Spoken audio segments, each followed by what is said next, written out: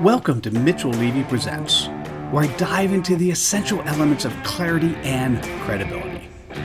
Hosted by global credibility expert Mitchell Levy, today's episode offers invaluable insights to make you think and act more credibly.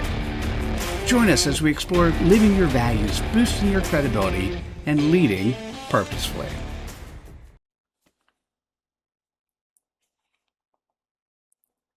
Hi, Mitchell Levy, global credibility expert, and I am so glad you're here. I love this show because normally I get a chance to talk to another expert, another leader about the values that are emanating from them and what they share with the world. Today, that expert's me, so I'm just going to go and really focus on what's been hitting me post. Really what happened is I did graduate, I did get the PhD, I did publish the book, the dissertation, I put out a couple chat bots that are very heavily used, and I am prepping for that first presentation and delivering the first keynote post graduating. Like, things started to change for me. And what I wanted to get you thinking about are 4 words. Those 4 words represent a question. And that question, if you really pay attention to it, it's a very simple question. But it's that question that will absolutely change everything. The question is, who experiences this decision? Whether it's the CEO of a large company who is cutting back on the community outreach program because the company is in a period of scarcity, they're not going to make the numbers. Or whether it's one of your kids who decides not to do homework because they think the teacher's not going to notice. Who experiences those decisions? How about the decision as a working parent, and you make a decision to work a little bit harder so you can make a little bit more money, and your kids are missing you? They'd rather have you than the more money. So what's really interesting, if you're thinking about who experiences this decision, and if you make that question in your mind and answer that question every time you have an opportunity to make that next decision, business decision, personal decision, whatever it is, it changes everything. It changes the thought process. As a matter of fact, for me, it's so funny. I published this book. I did the dissertation. I created the framework for executive abundance. And because, I'm the engineer, I made a decision to focus on the engine first, because that's the cool part, right? It's the clarity, credibility, consistency, commitment. It's the engine of executive abundance. So that should come first, right? Wrong. when I put my first presentation together and I started really thinking about it, what comes first is the who. Who experiences this decision? It's the ecosystem. And so, even though it's published, now the dissertation I won't change because that's done, gone to bed. But the book, the next edition, I'll subtly flip the executive abundance to focus on the who, and the who is the bigger ecosystem. And so I wanted to share another slide that really came out of it. Obviously, it's AI driven, and what I want you to think about is legacy. Legacy is not your name on the side of a building, and it's not what you think about when you're dead, because you're dead. So legacy is felt in the success of your stakeholders. Legacy is felt in the success of your stakeholders. At the lower level, as a parent, it's your kid's success. You're only as happy as your least happy child. As a CEO of a company or any person inside the company, it's the stakeholders you serve. That includes your family.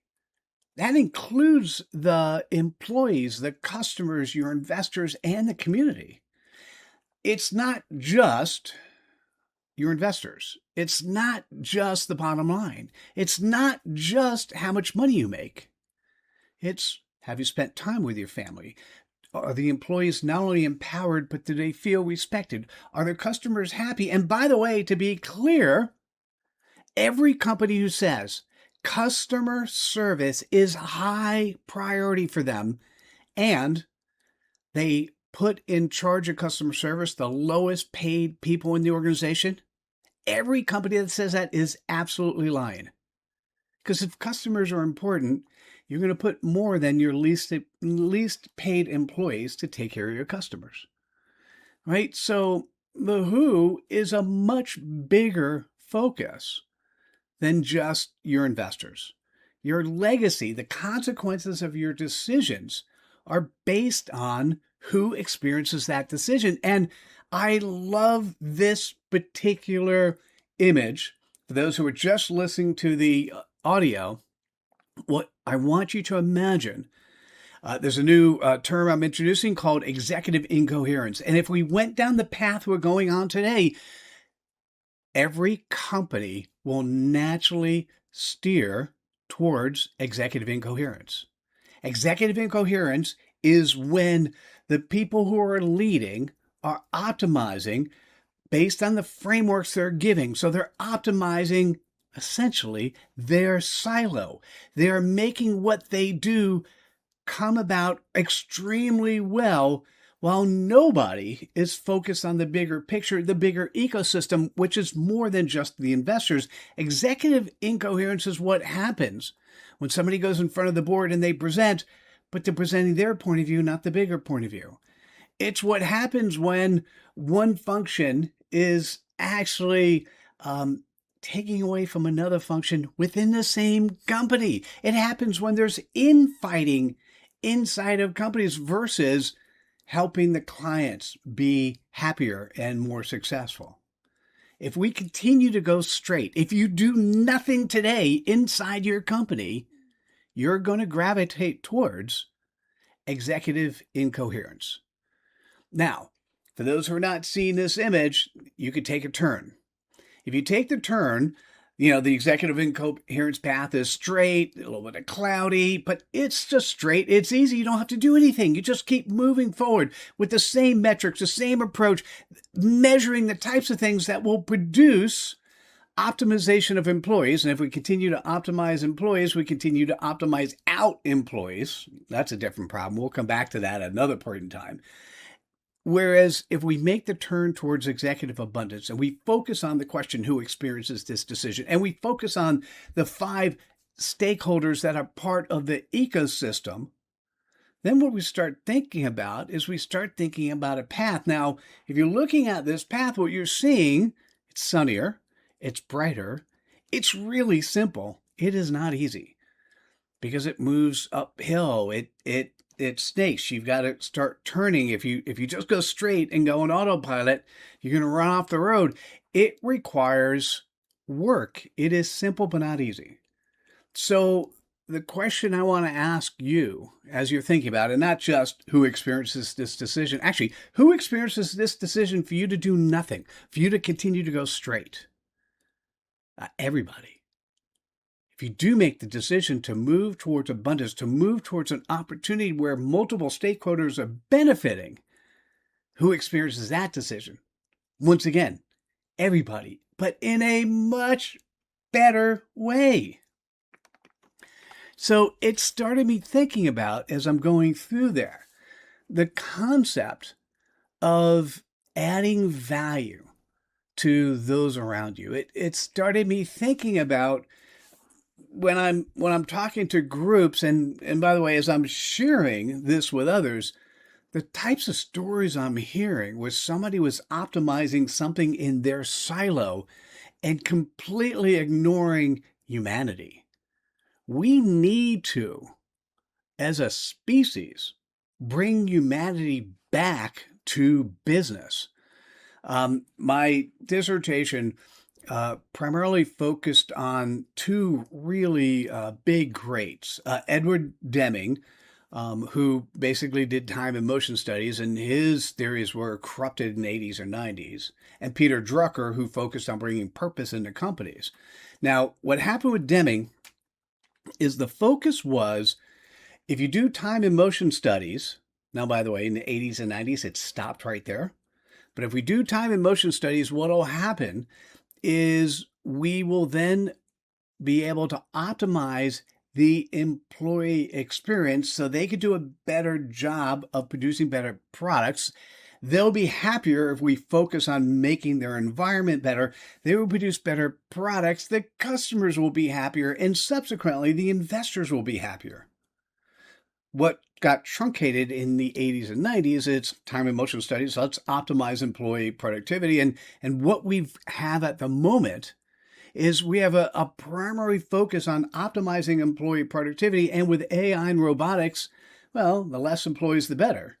Well, the bigger issue there, I sort of alluded to it before, but the bigger issue there is what happens when we start getting rid of more and more and more employees. Well, who's going to pay for the products that our companies are producing?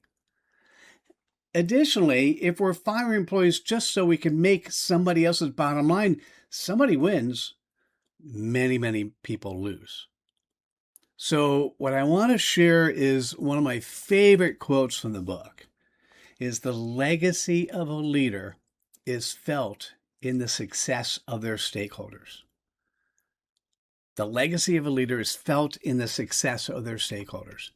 So if you're tallying every day, every week, the successes your stakeholders have had, how is that tally going for you? Is it positive? Is it negative? As a matter of fact, let me ask you a question, a very interesting question. If you have one person working for you, or 1,000, or 10,000, or 100,000, your legacy are the dinner conversations. So if you have 100,000 people that are part of your organization, there's 100,000 conversations happening at dinner about you. Are they positive conversations? Or are they negative conversations? And the way the world's structured today, there are many, many more negative conversations than positive conversations. Otherwise, we wouldn't have employee engagement down at 20 to 30%. So we need to fix this. We have a problem. We have a problem that's continuing to escalate because we now have AI, robotics, and robotics powered by AI, which can replace some functionality of humans. So as humans, we need to change who we are and how we show up and how we interact with this now new transformational technology that's available to us. And as those who are running companies, we need to change how we empower humans, how we bring more humanity back to the world. And if we focus on one and only one metric, how much money are we going to make next quarter? That level of short-termism will continue to pervade into society and cause so many problems. That was the nature of the dissertation I focused on. And the executive abundance framework is a way to move in another direction. It is a way to address the opportunity of focusing on the bigger picture. So I will share with you the executive abundance framework, and then I'll call it a day. But I wanted to say that the executive abundance framework is a 5x4. It's the executive abundance ecosystem where we're focusing on number one. Notice number one is family and self. If you're not doing a good job taking care of your family and yourself, you're going to bring that into the work. And the 30% of the time when you're not working, when you're out there and you're not getting the excitement level that you need, it's going to come into the office. Now, employees, the number two stakeholder group, we often empower employees, But any company who's forcing employees back to the office because they want to look at them and make sure they're working, you're showing absolute disrespect. You don't trust them. You don't think unless you see them that they're working. We've proven during COVID that people can work offline. Now, there are other reasons to bring people back into the office, right? But the way companies have been addressing it is not a way that's very human focused.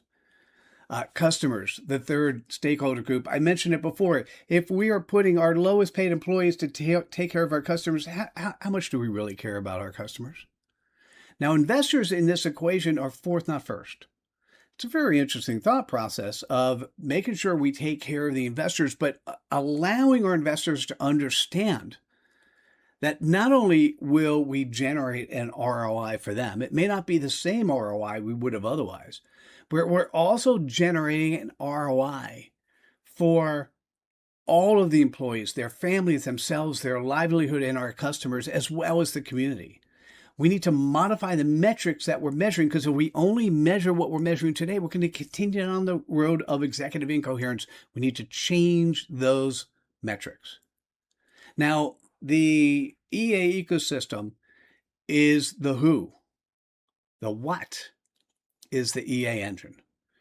And that's focused on it. It starts with, and these are both the ecosystem and the engine are ordered and interdependent, and the engine starts with clarity. Now, I've talked with hundreds of people who say they are clarity experts. And when you say, who are you? What do you do? 5 minutes later, they're still focusing on that. Let me give you a quick and easy understanding of clarity. We are very purpose-driven, or at least we should be. Clarity is articulating in 3 to 9 words where the company executes on their purpose, or where the individual executes on their purpose, and it serves as a compass. If you can articulate in 3 to 9 words where you're executing on your purpose and it serves as a compass, it's a way in which you can get 100,000 souls all marching in the same direction because they all can understand 3 to 9 words. Now, there's 3 to 9 words for the company, and then they have their own 3 to 9 words. Clarity is the bigger picture that makes it happen. And then next is credibility, and there are 10 values of credibility. Credibility is the quality in which we're trusted, known, and liked. And in my books and my material, we talk about what credibility is, and happy to, you could Google Mitchell Levy and you can get information on that. Actually, I used to always say Google Mitchell Levy, but what I really mean is AI, ask a question. What does Mitchell Levy think about the 10 values of credibility? And you'll get those values. What's also relevant is consistency and commitment. We need to be consistent in who we are and how we speak and say the same things across multiple groups. And we need to have the commitment to do it in both times of success as well as times of scarcity. So that's kind of what I've been thinking about. I got super excited. I've done the research. I've been sort of behind the scenes. I've proven the model. Now that I've spoken on the model and starting to get some reactions and starting to see companies deploy it, man, this is exciting. I'm going to tell you, it is extremely simple. Simple. Simple is very cool. It's not going to be easy. What's not going to be easy is that you're going to be talking different than other people. You're going to have to remember. It's so funny. I did a pre-interview this morning for a podcast. Twice in the conversation, somebody who really thinks the same way I did mentioned words which were still in my mind today archaic. He talked about the bottom line. He talked about making money quarterly, and he didn't say it in a negative way. He just sort of assumed that was the assumption of the way things need to move forward. Well, they don't. It needs to be part of a bigger picture of what we measure. We need to modify what we measure in such a way that we bring value to humanity, and there is not a separation between work and play. It's just life balance. So, going back to my first question, whether or not you have gotten all the way to the end, and if you did, thank you, appreciate that. Or or you stopped somewhere along the way. Well, you would have heard this if you stopped along the way. If you got all the way to the end and you ask yourself, who experiences this decision? The decision I want to ask you is, who do you need to share this with? Who needs to hear this? Who needs to understand the value of bringing executive abundance into their world? And what are you going to do about it? Yeah, thanks. This was fun. I may do a couple more of these where every now and then I just sort of go off on a rant and chat. But I just had such an amazing experience prepping for the first keynote and recognizing what needed to change. That was so cool. And I'm being vulnerable enough to share it with you publicly because, if we're not vulnerable, we're not human. We're not authentic. I have to be coachable. I have to learn. And so do you. So remember 4 words, 1 question. Who experiences this decision? Bye now. Thank you for tuning in. We hope you found value in today's episode. Like, subscribe, and share your aha moments on your preferred platform. Remember, credibility starts with clarity and living your values. Learn more at mitchelllevy.com. Until next time.